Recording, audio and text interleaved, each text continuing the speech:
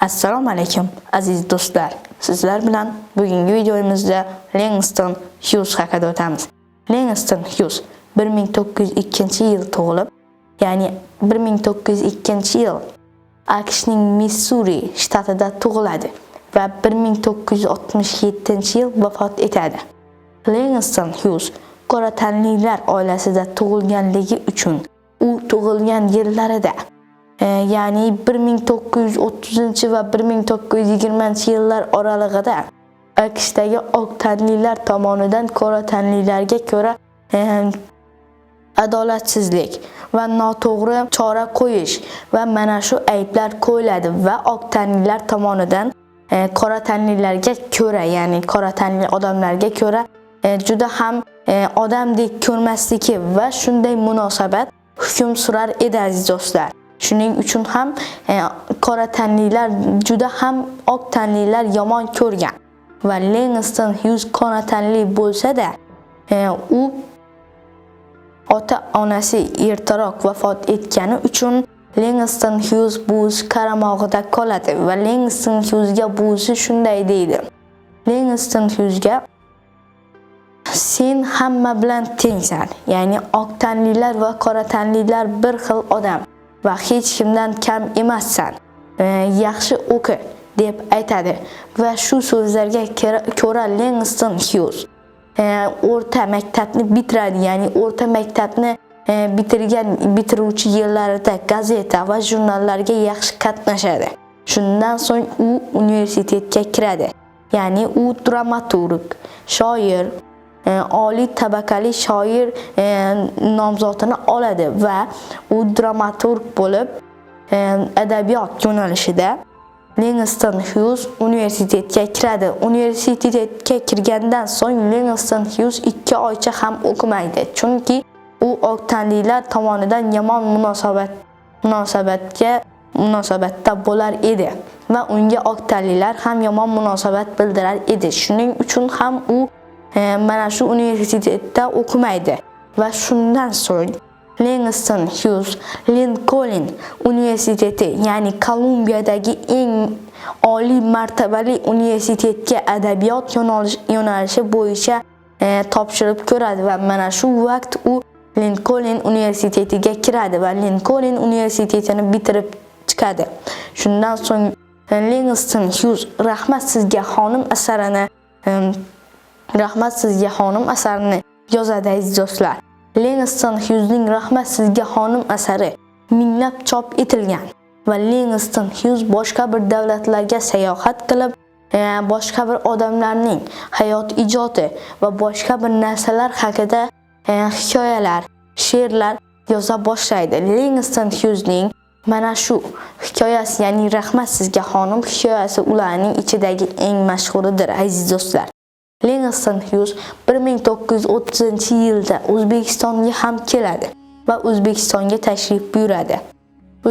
Langston Hughes Rahmat sizga xonim asaridan sizlarga bir parcha aytib beramiz aziz do'stlar. Langston Hughes Rahmat sizga xonim asari.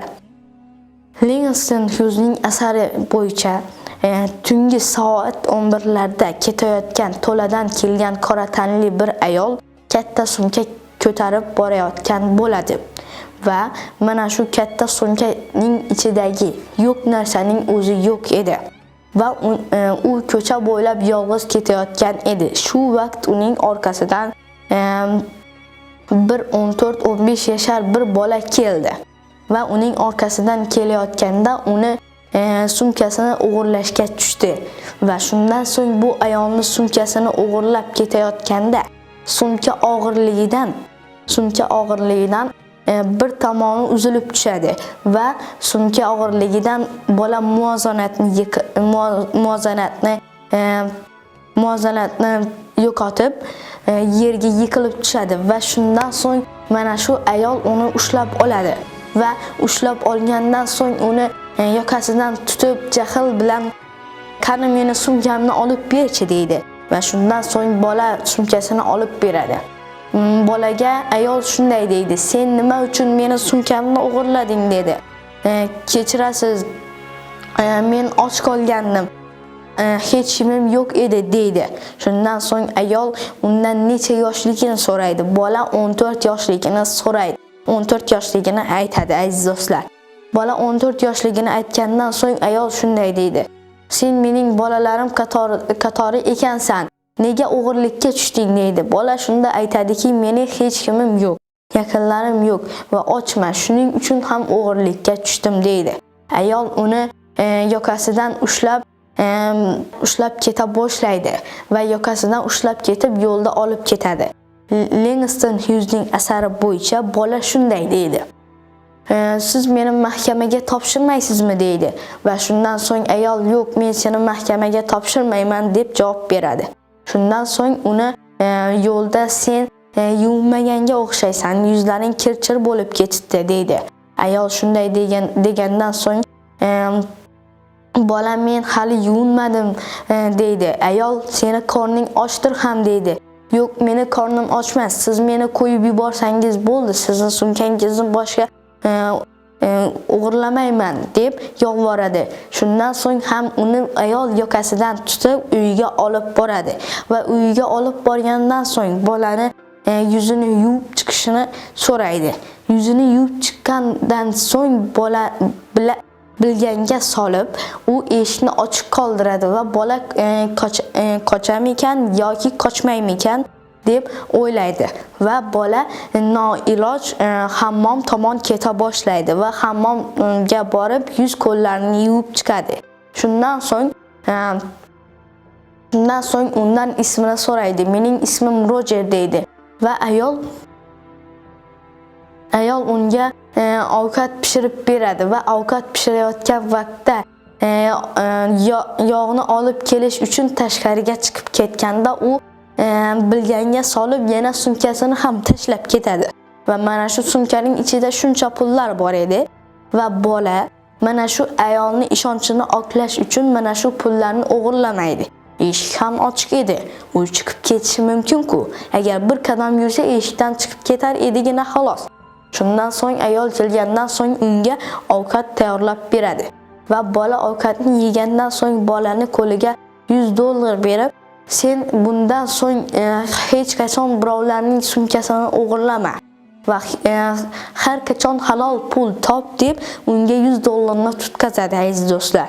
Shundan so'ng bola mana shu ayol bilan uchrashmaydi ham va ayol uni qo'yib yuboradi. Qo'yib yuborgandan so'ng bola shu vaqtdan boshlab o'g'irlik qilmasdan halol pul topishni o'rganadi aziz do'stlar. Shuning uchun ham Langston Hughes mana shu asarni rahmat sizga xonim deb aytadi aziz do'stlar.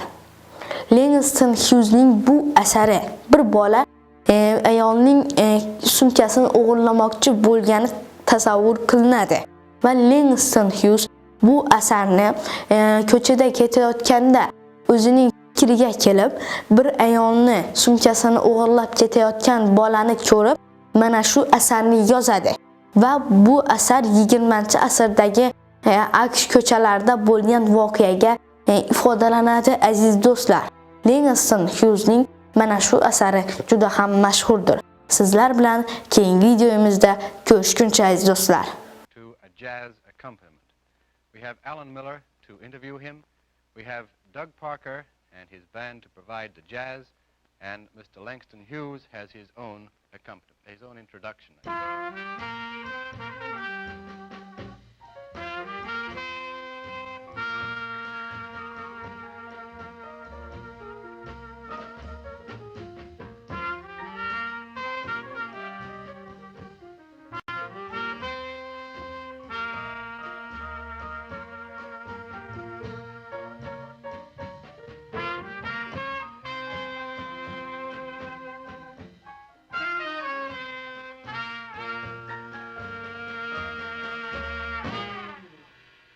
Suns are setting. This is what I'm gonna sing. Suns are setting. This is what I'm gonna sing. I feel the blues are coming. I wonder what the blues will bring.